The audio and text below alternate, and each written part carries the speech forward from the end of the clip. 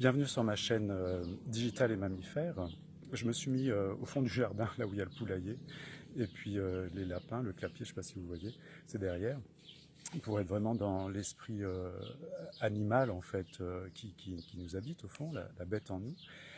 J'ai choisi pour cette première de vous parler du mot d'esprit, qui est un peu comme le rêve, enfin pas un peu, oui, comme le rêve, comme les lapsus, comme les maladresses, une formation de l'inconscient. Alors j'ai repensé à un client là qui était qualifié par son patron d'abrasif, et qui, au fil des séances, donc c'était un coaching d'entreprise en tripartite, et qui, au fil des séances, est passé du mot d'esprit pour lequel il avait un goût prononcé, une forme d'héritage, mais plutôt d'identification à son père qui était médecin, et qui est donc passé du mot d'esprit irrépressible, qui, comme dans les rêves, traduisait un désir caché, de type sexuel ou violent, les deux pouvant aller de pair d'ailleurs, de pair. Et donc il est passé du mot d'esprit aux insultes par mail au fil des séances, en se disant, un peu inquiet, mais quand est-ce que tout ça va s'arrêter, puisque le coaching était supposé, pas enrayer, mais limiter les effets de bord sur son entourage, dans le monde des finances d'ailleurs. C'est un grand groupe qui s'occupait de la douceur de la peau des femmes. Et donc, au fil des séances, cet homme en vient aux insultes par courriel, en mode digital, avec un grand plaisir. Hein. C'est une forme d'excitation plutôt que quelque chose de joyeux et sublimé, je vais dire.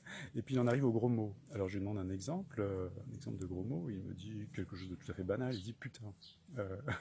Putain. Il dit, mais bon, il n'y a pas de sens, il n'y a pas de signifiant derrière ça. Et donc on avait encore quelques séances, il s'inquiétait hein, sur la suite, je crois, il le disait d'ailleurs, mais quand est-ce que tu vois tout ça va s'arrêter? Et finalement le jour de la dernière séance, c'était un peu comme une énigme, pour moi je l'attendais, il avait dû sentir la tension aussi que je mettais sur tenter de résoudre cette énigme, d'où ça lui venait, cette énergie-là un peu bestiale, insultante, et les gros mots qui sortaient. Tout ça venait de l'enfance. Hein. Mais le matin de la dernière séance, il m'a envoyé un texto sur le mode